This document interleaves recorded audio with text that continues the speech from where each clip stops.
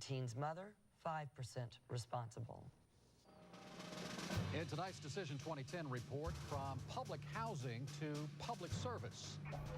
Rick Scott is the central character of a rags to riches story that, like most, includes dramatic highs and lows, with a love story mixed in for good measure. He's a self-made millionaire businessman whose frustration with President Obama's health care reform led him into politics. He came from out of nowhere to win the Republican primary for governor, and he's convinced he's the best choice to lead Florida. But we wanted to know more about Rick Scott, so we asked if we could spend some time with him at home, and he agreed. What we found was a man whose character was forged through discipline, determination, and hard work. Naples, Florida, home to world-class shopping, dining, and spectacular sunsets, where waterfront mansions are bought at a premium. This is home to Rick Scott, the Republican nominee for governor. It's a little paradise you got going back here. It's pretty nice back there. Back there is a tropical oasis on a sun-drenched beach. That's the pier. Rick bought the place 7 years ago. Plenty of room for his wife, 2 married daughters, and Rick's mother, Esther, who Rick credits for making him the man he is today. You know, she pushed me to always do the right thing. She pushed me to make sure that I was in Boy Scouts. I was an Eagle Scout. She had a big yardstick that she had no problem using. He never met his biological father. His adoptive father died 4 years ago. Rick's life of luxury sprang from humble beginnings. He grew up in Kansas City. His dad drove a truck. His mom worked at JCPenney, where he says he got all of his clothes at a discount. His last semester of high school, he met a transfer student named Ann. She had a great Southern accent. People would ask her her address. She'd go, 909 Vivian Road, why do you ask? Rick was immediately smitten. And what's it say right at the top? Reserved for Rick. Ann's high school yearbook documents the beginning of a relationship that has lasted nearly 40 years. I've liked a lot of girls, but God, this is... Embarrassing? Yes, but prophetic. I hope we can grow closer and closer in the future. Love, Rick. Look at that. Yes, you have to kiss me after reading that. The high school sweethearts married in 1972. A 2-year stint in the Navy qualified Rick for the GI Bill. He used it to attend college and earn a law degree, something he planned as a boy while watching his parents struggle to make ends meet. He was also determined to be his own boss. His first venture, a donut shop. And it was $7,500. I think Ann and I had saved $2,500, and so we borrowed the other $5,000. Through trial and error, the business worked, but it wasn't until he moved his family to Texas to practice law that he found true success.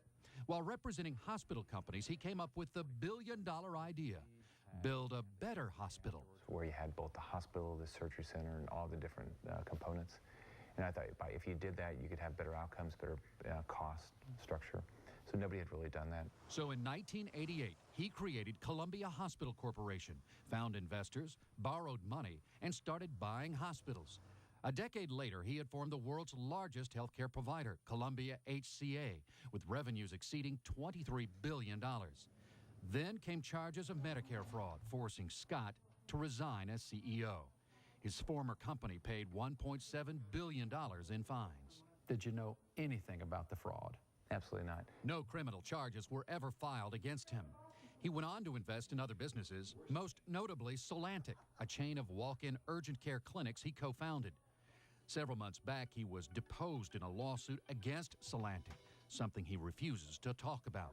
If you did nothing wrong, why not release the deposition? Because it's a private matter. I mean, this campaign, this is just politics. Politics he doesn't like, but expected when he entered the governor's race in April. Well, it's been reported that you spent $50 million of your own family money to get to where you are today, to defeat Bill McCollum for the Republican nomination. Did anyone ever look at you and say, are you nuts? Oh, yeah, lots of people. Anybody in your family go, you got to stop the madness? No, they're okay. They're okay so far. You never know. When home with his family, which is rare these days, Rick likes to play games. This is the best game because everybody can play it. He also has a soft spot for yellow labs. After 13-year-old Sadie died a few years ago, the family talked him into taking in another dog left homeless. What's the name? Reagan. Reagan. That's right. named after Ronald Reagan, a goal-oriented leader and problem solver, much like Rick Scott describes himself, who at age 57 is already thinking about what life will be like when he's 80.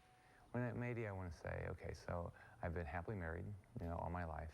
I want to have a great relationship with our daughters and their husbands, and then have, plenty of grandkids, and have a few friends, and have, I want to have traveled the world, and want to have accomplished things, try to make, the things I've done, that it made the world better. Our thanks to Rick Scott for inviting us into his home. A few more facts that Rick told us about himself. He is a Christian and has attended church his whole life and even helped start a church in Naples. He likes action movies, but most recently watched the tearjerker Marley and Me. It is That is a tearjerker about the yellow lamb. And when it comes to music, he prefers rock and roll to country. He also likes the Rays. He has to, and the Marlins, but he missed having a soft spot for the Kansas City Royals and the Texas Rangers. That's a team he co-owned with George W. Bush. Well, you know what I love about these stories that you've been doing is we see the ads, and the ads really don't tell you much about anything except, what Personally, they don't. They give you the issues. They fight about the issues, but, it's nice to really find out, firsthand what these folks are like and a little bit about their background. And, I've found these very interesting, so I hope you're going to do a few more of them, huh? Yeah, well, it's interesting. He's so unpretentious, the whole family, and he's not the man you might expect, judging by the commercials that you've seen. So it is interesting, and there's so much more to this interview when it comes to the issues, and we talk more about that. You can watch it all online, as well as the full interview and profile we did last week on Rick's opponent, Democrat Alex Sink. Just go to TVO.com and type in the search box, Keith Kate Interviews.